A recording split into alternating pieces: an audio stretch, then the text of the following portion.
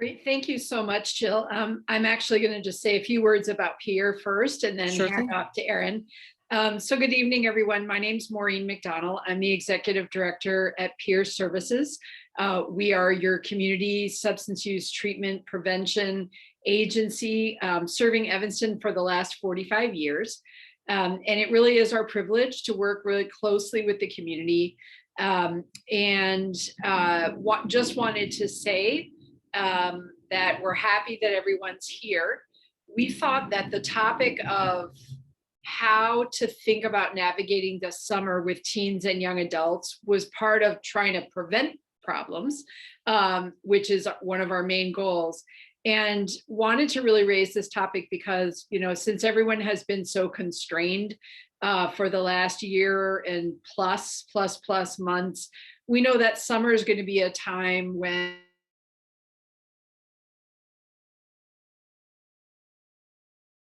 going up, and then also it's summer, and you know how we are in Chicago in the summer. So just wanted to make sure that we shared what we've learned from really decades of research in our own practice about kind of what works in talking with teenagers and young adults from the perspective of parents. And so I'm so glad you all could join us. Erin Teggy, I'll ask Erin to introduce herself, but Erin has been with Peer for, I think we counted the other day, at least 6 years, right? Yep. And has been a prevention specialist, prevention coordinator, and now leads our coalition work. And so you're in good hands tonight. Erin, the floor is yours. Thank you, Maureen, for that introduction. So like Maureen said, my name is Erin Teggy. And yes, I've been at Peer. Yeah, it's actually getting closer to 7 years now. And yeah, all in prevention. I am a social worker by trade and have been in that field for like 13 years, I think, at this point. But yeah, definitely almost half of that in substance use prevention and some treatment. I think what Maureen shared is absolutely true, kind of about this coming out of restriction and coming out of, our time stuck in our houses and in our little bubbles. I'm hearing it everywhere, how people just want to get out and do and back to normal. And I was listening to the radio, one of the morning shows the other day, and they were talking about how this summer is going to be like the roaring 20s, after Prohibition, and all they could do was talk about how people are going to party and drink and get out there. And this was, at the radio show in the morning at like 9 o'clock in the morning. And, I think we're hearing that message in so many places because people are just so anxious to get out and socialize again.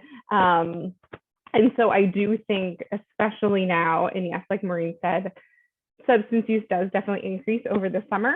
But I think especially now we're going to see an even bigger increase because people just want to be out again.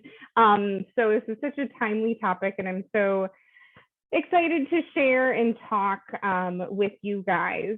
So we are definitely going to focus on that teen and young adult age group, but a lot of what we're going to talk about today is applicable for many different age groups. So just real quick, our agenda for today, I am going to very briefly go over kind of prevention at all ages and stages. Prevention can start super early and continue on. And then we're going to talk about the actual impact of parental approval or disapproval and just kind of the influence that parents have on their kids, no matter what age. We have some really great information and data to share about that. And then hopefully I'm going to be able to frame and give you guys some information and tools on how to have these conversations. One of the things that, especially over the past couple of years, I've heard over and over again from, both from students and parents, is we don't know how to talk about this. We know it's important. This is a hard topic to cover. People don't feel confident in their knowledge about substance use or different drugs and alcohol, and so much has changed over the past few years, just in kind of the world of substances. And one of the struggles that we hear over and over in many of our communities that we work in is how to have these conversations. And so hopefully at the end of this, you will have some actual concrete tools that you can use when you're having these conversations.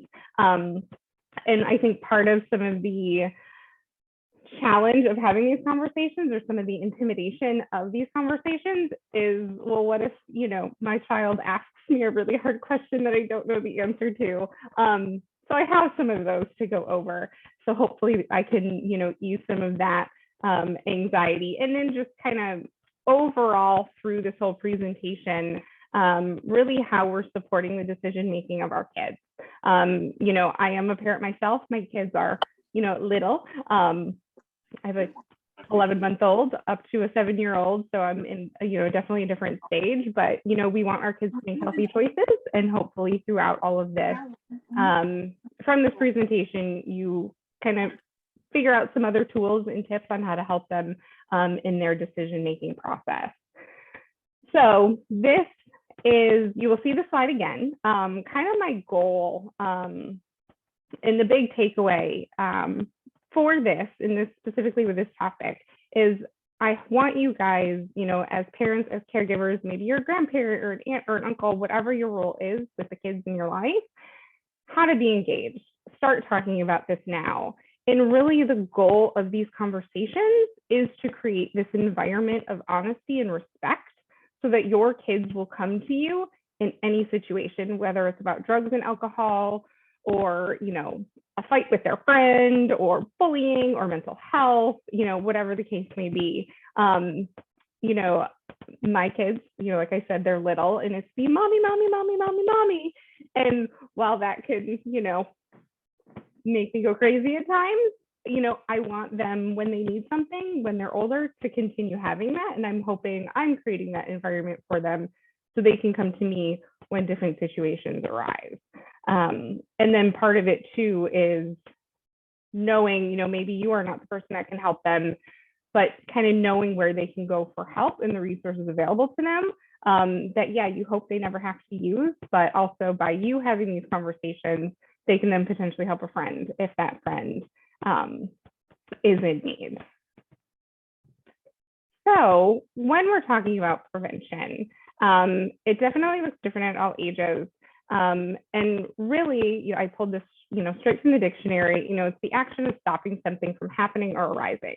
I think, obviously lately, in terms of prevention, everything is preventing COVID and preventing, germs and preventing illness and all of that stuff. But when we're talking about prevention as it relates to substance use, especially our middle schoolers, our high schoolers, our young adults, how we view it is really delaying or eliminating the onset of use.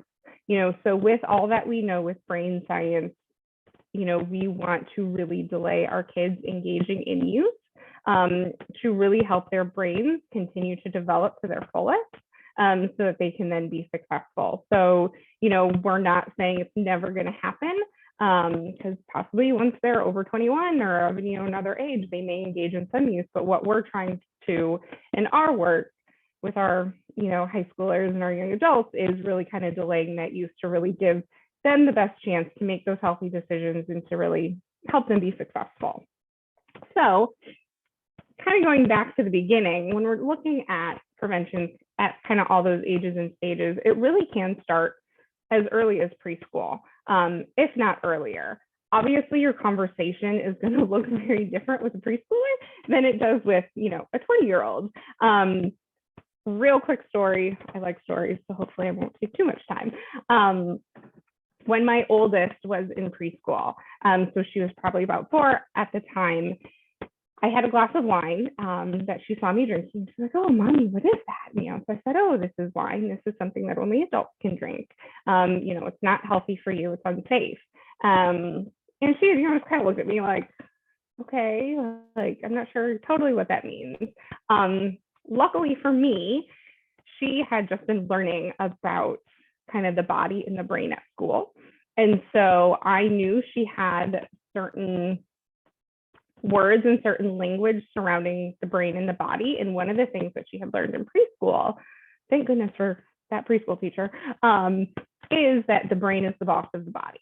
so she had that language, she had that understanding. And so I was able to use something that she understood, and then was able to talk about alcohol and how if she as a kid had alcohol, her brain wouldn't be able to grow like it normally could, and how if, she had alcohol in her system, her brain wouldn't be able to be the boss of her body, and her brain wouldn't be able to tell the rest of her body, to do the things it should. And that was the end of that conversation. It was very short. But I was able to, have that conversation with her in a way that she understood. And when we're thinking about those kind of younger ages, that's really where we want to be. We obviously can't give them too much information, too much abstract information, but it's still good to be able to have those conversations even at those early ages. So as we kind of get into those elementary age years, this is where we can really start to talk about why and have more conversation about it. Going into that developing brain piece, going into some of those risks and consequences. At middle school, giving them a little more facts and statistics, and maybe talking more about peer pressure and that type of thing, and really deepening those conversations. And it's really getting at that why. When we're working with kind of that 5th, 6th, 7th, 8th grade age range, they have a lot of questions, which is awesome. But so much of it is the why, and understanding kind of those risks associated with use. And usually they're still young enough that, they're still definitely pretty attentive and into that conversation, and, really wanting to learn about it, but it's still pretty new for them at that time. So now getting into that high school age and that young adult age, which is where we'll definitely stay for the rest of the presentation. At that high school age, hopefully they've been, they've learned about, alcohol, what alcohol does to the brain and the body, or cannabis, or e-cigarettes, tobacco products, etc. So now you're, hopefully they have that base knowledge. And so now you're getting into kind of the contextual pieces. What are those social situations that they might find them in? What happens if they are at a party and someone shows up with alcohol? Really talking about kind of all of those risks, how it's going to impact them. Maybe they're in sports, maybe they're in a club, maybe they have a job, and just really talking about kind of all of that contextual piece and how it really can impact them at that time, and helping them with those decision makings. They definitely need very clear conversations about it. I know sometimes we want to be a little more vague or a little more open and don't want to be super clear. However, they don't always interpret the messages how we want them to. And we will definitely get into that in a couple of slides. And then lastly, that young adult age, whether it's, you have a child who's coming home from college, or they're young working professionals, whatever the case may be, there is that young adult. So we kind of have that 18 to 20-year-olds where it's still not legal for them. And then those 21 and over where it is legal. And then how does that conversation change? And really, at that point, it's really talking about kind of staying safe and making healthy, responsible choices if they are choosing to engage in use, because they are of age. And so, we really focus on talking about what those zero risk behaviors are for that age group, which is no use, low risk behaviors, and high risk behaviors. So just to give you an idea of what some of these different levels of risk are when we're talking with our young adults, like I said, that zero risk is not engaging in use. Low risk, so thinking about some of these low risk behaviors for a young adult, it is being 21 or older because it is legal. So it removes kind of that aspect of risk for someone who's under 21.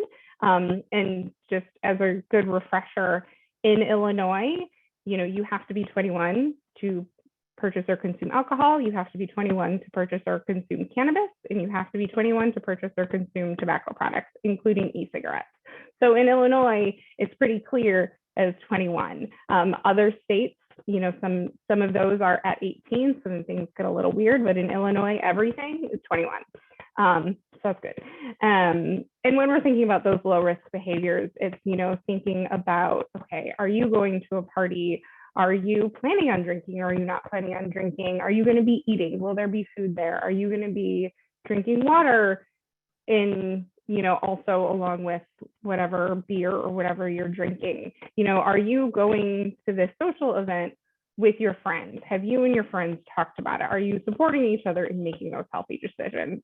So these are just some examples of some of those low risk behaviors that, some of our young adults, they may engage in some of these, but the risk isn't quite there.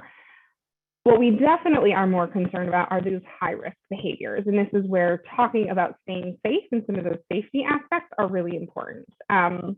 And one of the biggest ones is absolutely binge drinking. And that is one of the things that I'm a little bit concerned about, approaching this summer and approaching things opening up and concerts happening and festivals happening, is this binge drinking. As you can see here, that's 4 or more drinks for a male in a short period of time and 5 or more drinks for females.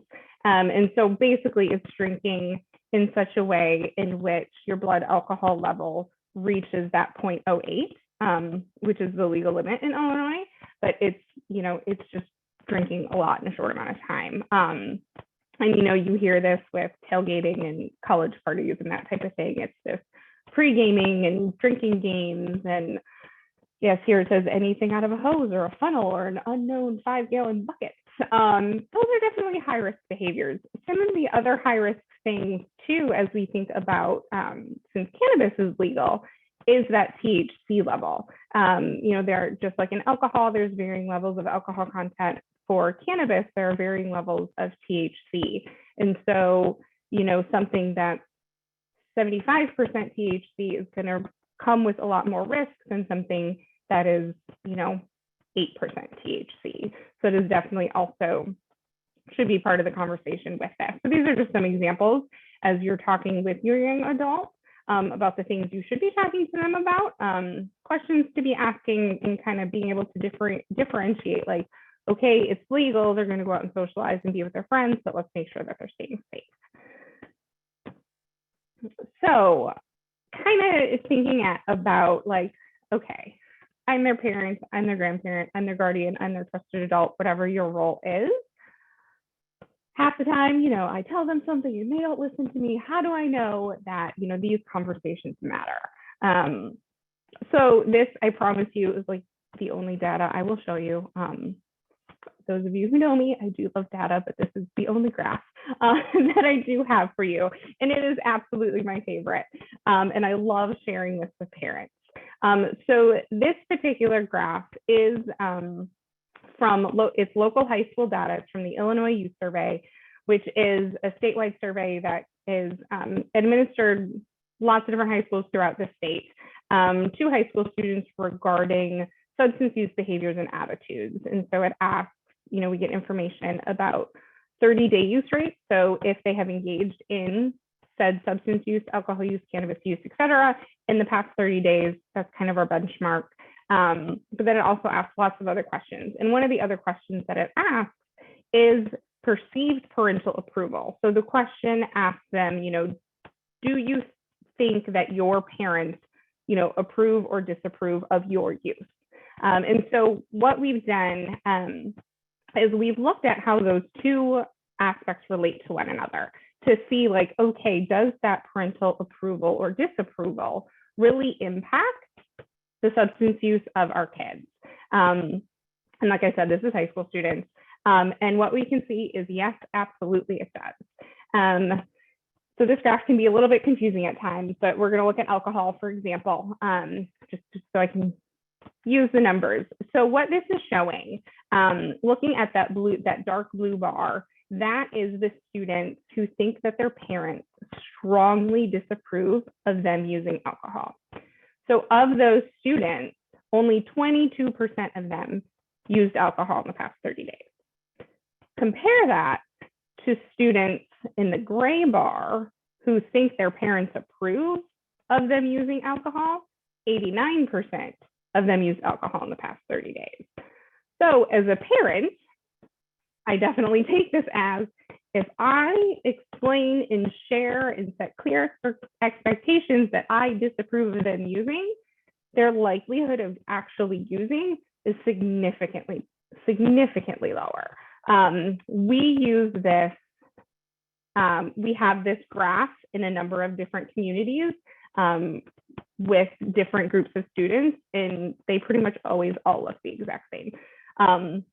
No matter what group of students it is, they all really look the same, and which I think really speaks to how impactful parents are, whether they think, you know, their message is getting across or not. It definitely is. This doesn't guarantee no use. Obviously, none of these percentages are zero for that 30-day use, but it definitely impacts a student's, you know, decision to engage in substance use or not. So I really like to use this data in this graph to really empower parents that it does matter. So hopefully some of you feel that. So, okay, now getting into actually like the conversation, the talk, you know, what do you actually say? This particular slide is actually from a training that I do regularly with the ETHS athletic director, and this is like one of his favorite things to do.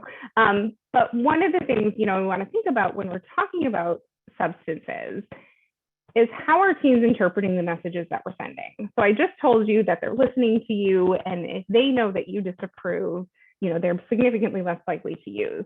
And so, you know, as you're having these conversations with, you know, your teens or your young adults, how are they interpreting what you're saying? So if you're having a conversation and, you know, talking about an upcoming party, and, you know, if you say, okay, you know, I want you to, you know, go to the party and have fun, you know, but be smart, and then end it at that. You're thinking, be smart, don't drink, don't smoke, don't engage in cannabis use, don't get in a car with someone who's driving. You know, that's how you are interpreting that be smart message. However, our teens may interpret that as, oh, I just won't get caught, or I'll sleep over at my friend's house, that way I don't have to get, you know, in the car and drive home, or we'll have a designated driver. So, you know, one of the really important aspects of this whole topic is how do we be really clear so that our message is getting across in the way that we want it to, which is why it's so important to send a really clear no use message. As I was preparing for this, you know, I was thinking about what this is not. We have had a number of interns at Peer over the years, and whenever we talk about sending a clear no use message, you know, a lot of times people are like, oh, you're just going to say don't do drugs, or just say no, or you know, use some scare tactic like, oh my gosh, if you know, drink alcohol, you're going to die, and kind of these things that have definitely been around in the prevention and treatment world. I mean, these are all tactics that have been used in the past. I had to throw in the egg in a frying pan one from like the late 80s, basically indicating that your brain's going to fry if you do drugs. And while the intent of all of these tactics and all of these messages are to help our kids make healthy choices, none of these have actually worked. What does work, and how we do send a clear no use message, is the bottom part is having a conversation about how drugs and alcohol are going to impact their health, their goals, their future, etc. And it is not just, you know, this, and this. It is an ongoing conversation. So when we're talking about what is this clear no use message, we want to make sure we're establishing our expectations early, which is why I started talking about how to talk to our preschoolers about this. When you have these conversations early and often, it's going to be much easier to have these conversations when, you know, you have a teenager or a young adult, and if you're thinking, oh my gosh, my youngest child is 17, don't worry, it's not too late. But, you know, if you have some of those younger kids or whatever, definitely establishing those expectations early is really, really helpful. And this is not, you know, a one-time thing. In our field, we have this phrase. It's not just one 60-minute conversation, it's 61-minute conversations. I think when parents think about talking about drugs and alcohol, it's like, it's the talk. You know, you have the drug and alcohol talk, you have the sex talk, you have, you know, whatever talk. It's like, okay, it's the talk. And that is not what we want this to be. We don't want it to be a lecture. We don't want it to be an hour long. We want naturally occurring conversations that are really short and make sense, straight to the point, and just are very natural and open, not these crazy long lectures. So I always find that kind of comparison super helpful to remember that, okay, I can have 61-minute conversations. That's not scary. That's not intimidating. I can do that. I can do that in the car. I can do that while we're walking the dog. I can do that while we're cooking dinner. All natural ways of bringing up this topic. And definitely, like I've said, the messages need to be really clear and really direct as to what you're trying to communicate, because we don't want that message to get misinterpreted. And for sure, we know that it's so important to use facts and consequences and risks that will actually resonate with your child. So, you know, if you're talking about e-cigarettes and you have, you know, maybe your kid is in choir and they sing, obviously they need lung capacity, they need healthy lungs, but they're able to sing. Well, you know, if they use e-cigarettes, that can then impact the health of their lungs, and then they're not going to be able to breathe as well, which will impact their singing. That's something that means something to them and will resonate with, you know, their likes, their dislikes, their interests, etc. And that can be more of a reason for them not to use versus you just saying, smoking's bad for you, don't do it. And so back to that survey that I had talked about, one of the questions that we do ask the high schoolers is why they choose not to use. It's so helpful to know why they choose not to use, because then you can use that over and over again. These are just some of the examples here: being in control of the body and actions, safety, health, trouble with parents or disappointing parents, lost extracurricular eligibility, all good things as to why they choose not to use. But consistently across many of the different high schools that we work in, that control of your body and actions is pretty much always number one. And helping, you know, them know and make that connection that, you know, if they're engaging in alcohol use, if they're engaging in cannabis use, you know, how that will impact their ability to be in control of their body, their actions, their decisions, etc. So when you're thinking about these conversations, definitely some things to remember, a couple do's and don'ts. So definitely remember that this really is about their health and well-being. And you're coming from a place of loving concern and not anger. One of the themes that has come up in some of my conversations with high school students lately is this idea of being able to have a conversation in a non-judgmental way. Yes, you're their parents. Yes, you still set the rules and expectations and boundaries, but coming at it from a place that's non-judgmental and out of that care and concern and just kind of focusing on their health and well-being is going to be a much more successful conversation than not. Definitely being direct, an example of how that, you know, like I've already shared, being very clear, again, withholding that judgment.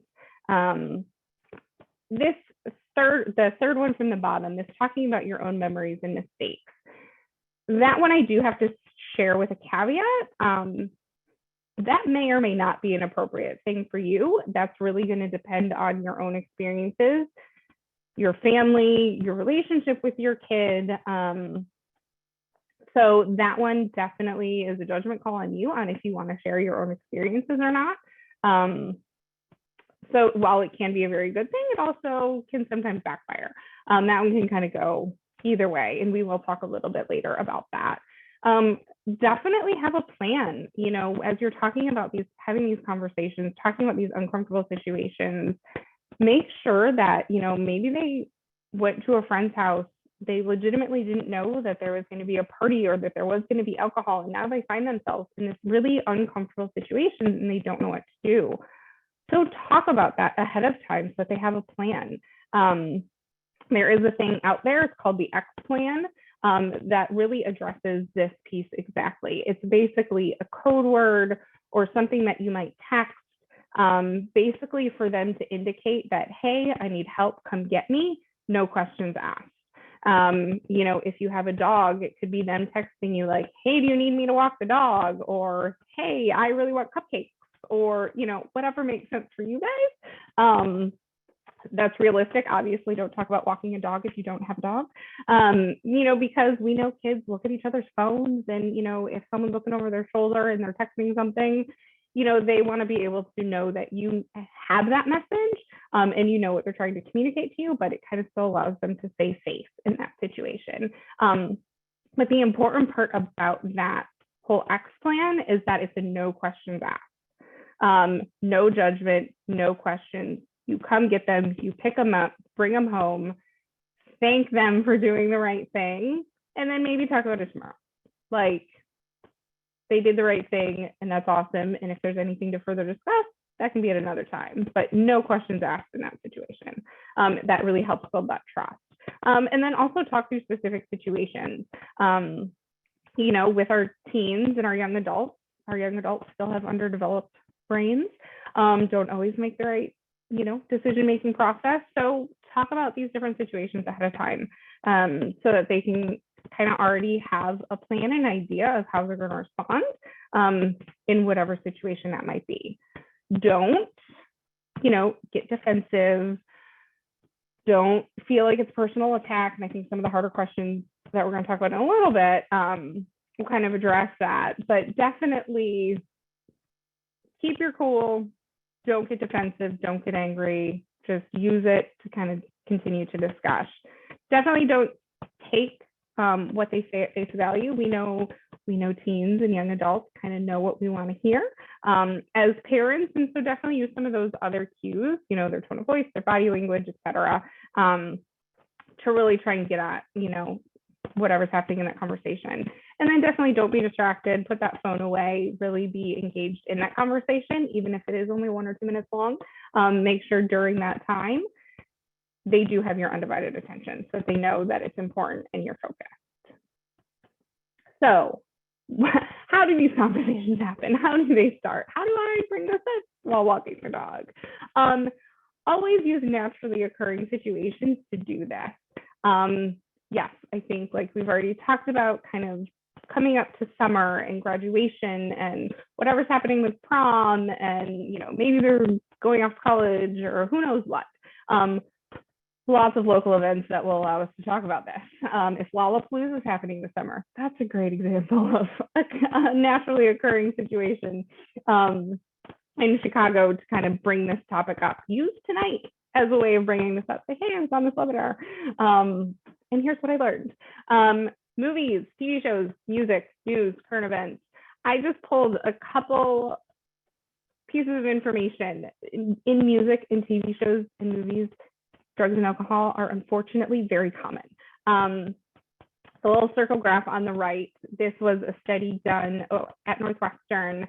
They pulled the top 100 Billboard songs from, I think it was 2006 to 2017. So this data is a little bit older, and they looked at all of those songs to see how many of them referenced alcohol. Now, this is just alcohol. This does not include other drugs. So this is only alcohol. And these are the genres that had the most songs about alcohol. So you can see that hip hop, you know, was number one. 38% of hip hop songs out there reference alcohol. 36% of country songs reference alcohol, and so on and so forth. So music is absolutely a way to bring up this topic. There was another kind of fun study done in 2019 looking at streaming services. And these are specifically the original series. So this does not even include movies for Netflix, Hulu, and Prime Video. These are just the series that are original for those companies. And yeah, you can see how many times drugs or alcohol were referenced in those shows. So Netflix definitely had the most. as you can see, but it's, referenced 1,200 times, on average 23 times per season of one of their shows. So it is out there. It is not hard to find. If you're looking for kind of a way to bring up this topic, definitely use what's happening around you and what's going on. So what do you actually say? What words are actually going to leave your mouth as you talk about this? So here's just some examples of some questions that you can ask, and definitely utilize open-ended questions. If you ask yes or no questions, you're just going to get yes or no answers, and that's not going to be a really great conversation. So use things like tell me about, or hey, what are your thoughts on this? Or what have you learned about this at school? How can I support you in being substance free? What do you feel about if if a friend is using? How would you respond if someone offered you drugs or alcohol? Just using some of these open-ended questions to kind of start or continue that conversation. I like this table because it, kind of gets at that non-judgmental language that is super important. So even though you really want to say all of the things on the left, and I know I've used some of these. Yes, excuse me. Yes, can you go to the previous slide with the, because I was drawing out the circle. The circle, yes. Sure. Just real quick. Thank you so much. Sure, no problem. And I can also make these slides available for Jill, and she can probably email them out to you. Okay, that's so that you can have those as well. But I'm happy to keep this up for another minute if you would like. Okay, no, go on and keep going. Okay. If you can email it, that'll work. Yep, definitely can do that. So, thinking about the language that we're using, and even though you really want to say it's bad for you, it is stupid, like that has a tone to it that doesn't promote, positive conversation. So these are just some examples of how you can just kind of switch some words to really help that conversation flow with your team. So these are just some examples of how to do that. Yes, smoking pot is bad for you, or smoking pot is harmful for your health. So just thinking about how you're phrasing things is also really important as part of the conversation. And yes, even though you really want to use some of those on the left, and you may, and that's okay, but just really being thoughtful about that process and thoughtful in the language that you're using. Because yes, at the end of the day, you have those expectations, you are their parents, but it's, how we're talking about this. So through these conversations, keeping an eye on the time, there's going to be hard questions. One of the things I hear from parents is, I'm really scared to have these conversations because what if they ask me this and I don't have the answer? So these are just some of these hard questions that are out there with some possible responses. So maybe, you're bringing this up and they're like, oh, please, mom, like we've talked about this before. Why do we have to talk about it again? And, here's just some ways to kind of respond to that, to kind of continue that conversation. That are definitely non-judgmental, really positive, focusing on that, health and well-being. Or number two, they say nothing and they just stare at you. That's when some of those open-ended questions are really helpful. We have found, and I've heard from other parents, that once you ask those, ask questions and then just stop talking and listen, it's amazing what can happen. I don't have teenagers yet, so I'm dreading that day. But definitely, just keep asking those questions. And maybe if you don't want to specifically ask about them, take it to, hey, what's happening about this at school? Or, maybe pull a news article, or, maybe you were recently at Old Orchard and saw the, kind of cool looking building that's the dispensary. And, maybe say, hey, what do you think about that? Utilize those open-ended questions for that. One of the ones that we hear all the time, especially with all things cannabis, is, oh, it's a plant, it's natural, how bad can it be? Definitely not all plants are good for you. I always like to use the poison ivy example. Poison ivy is natural, poison ivy is a plant. I don't think you want to be walking around in a field of poison ivy anytime soon. But then just really using that to kind of open up and talk about what we know, what the research is showing. If you don't know what some of those risks are about cannabis, maybe the two of you go research it together and say, hey, let's find out what some of the risks are. Let's look at some websites. Let's, check out some resources and kind of go through that process together to learn how harmful it can be for them. It's legal. We've had a lot of cannabis talk since the laws have changed in Illinois. But just like alcohol and tobacco, yes, it's legal, but for, someone who's 21 or over, if they're under 21, it's talking about the risks, of addiction, the risks of brain development, all of those things that even though it's legal, it doesn't necessarily make it safe. Legal does not equal safe. Maybe they experimented, maybe they tried something once and they're like, oh, I'm totally fine. That definitely opens opportunity for talking about, okay, maybe they did it once. Why haven't they done it again? Why are they choosing not to use? And really getting at some of that motivation behind not using, that you can, continue having that conversation with them and really talking about their experience. Because yes, there are those opportunities to experiment, and some kids do try it once and never again until they're of legal age, and really talking through that experience with them and thanking them and praising them for being honest with you that they, did try once, and then really supporting them in their decision not to use again. This one down at the bottom gets at that peer pressure. I don't know what to say when kids, offer it to me or ask me to use, or I don't know how to handle that peer pressure.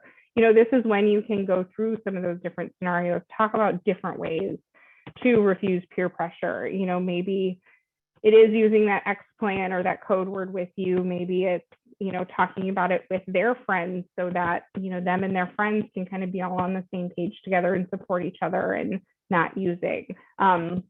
Just really, brainstorming some of those different ways. This is a big one. I've been asked this question many times in my professional world when we're teaching kids. Have you used? Did you use in high school? And this one gets so tricky. And this kind of goes back to that beginning when I, said you may or may not want to share your own experiences, because this can go two different ways.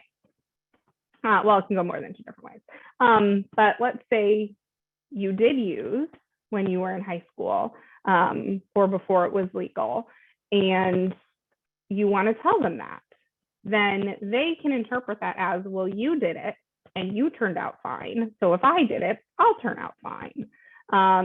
It could possibly go that way. It could, or if maybe something bad happened when you used when you were a kid, then, our teens today definitely think they're invincible, and well, that's not going to happen to me, and you're still fine. Or if you didn't use in high school, or you didn't use illegally, before you were 21, then it's the, oh, well, you don't understand, you never, you don't know what I'm going through, you don't know my experiences, so how can we talk about this? The way that I've heard this talked about, in the way I am still a little too young to be able to fully go through this, but I've heard this many times from people who have been in the prevention world for a very long time. And one of the things that we use and kind of how we respond when we talk to kids is we know so much more information nowadays. Previously, looking at car seat safety and seatbelts, decades ago, and I can't say this because I did wear seatbelts when I was growing up, but my parents definitely could probably have used this with me. People didn't use seatbelts. You were just in the car doing whatever, no seatbelts, no car seats, free for all. Science showed that was really unsafe. There was huge risks associated with that. And now we have, safety laws, protocols. I would never think to put my kid in the car without a car seat, without a seatbelt, because we know so much more information now. And that is also true with what we know about how substances impact the developing brain, what we know about addiction science. We know so much more information now that it kind of doesn't matter what happened when you were in high school, because our knowledge and our information and the science really shows that it is harmful for teens and it can have lasting impacts. And so that's why, we're focusing on, not using now, because of the risk that we know that it exists. So here's just kind of a blurb that you are happy to use, happy to tailor. Things were different then, things are different now. We know so much more information. So, me as a parent, I wouldn't want you doing something knowing the risks and the harm associated with that. And then kind of going back to, which risks and harms are meaningful for them. The other challenging aspect is, what do you do if your child is using? Maybe they're in high school, maybe they are of legal age, maybe they're, I don't know. This kind of is a whole nother topic, which we could spend an entire hour talking about. But these are some questions if they are using, just to kind of better understand their use and, potentially if they need help and treatment. What do they think is good about it? What do they worry about related to drugs? What do they know the risks are, et cetera? So these are just some other questions that you can have if that situation does arise. One of the other aspects, and I'm almost done, so we can have a little bit of conversation, is talking to other parents. Because while you may have clear messages and clear expectations with your kids in your home, they have friends, they go visit people, they go to other people's houses, and are, their friends' parents on the same page as you. And so another really important aspect of these conversations is talking to other parents and making sure and having these conversations with your kids' friends' parents, so that when they're going to Danny's house, that Danny's parents have the same expectations and have that same no use message that you have. And this is really tricky. And I've heard this is very difficult for parents to talk about with other parents. But I've also seen it work. A number of years ago, there was a parent who approached me and was like, hey, my daughter's going to this party. Like, I keep asking about if there's certain alcohol or if there's going to be substances, because if there is, she's not going, and ask, whatever. And I was like, talk to the parents. Well, her daughter was pissed that she called her friend's parents. Somehow the parents didn't know that this social event was happening, and they didn't even let it happen, which is great. Daughter was not happy, but they prevented a situation from happening because the parents talked. So I think this is also a really important component of this, so that parents are on the same page. We had a situation, this was 5 years ago. Oh, it was the day the Cubs won the World Series.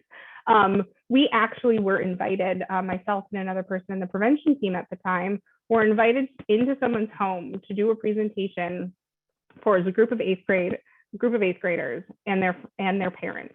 And the really cool thing about that situation is we were able to kind of talk to all the kids, and we were able to talk to all the parents, but then all the kids knew and had a conversation and knew that all of the parents of that friend group were all on the same page, and that all of those parents were all available to help if any kid found themselves in an uncomfortable situation. So having kind of all of those parents be on the same page is a really great component to all of this. So again, ending on this slide, really start talking about it now and create that environment so that they will come to you with any situation at every age, even if they're 5 or 15 or 25, 35, whatever the case may be.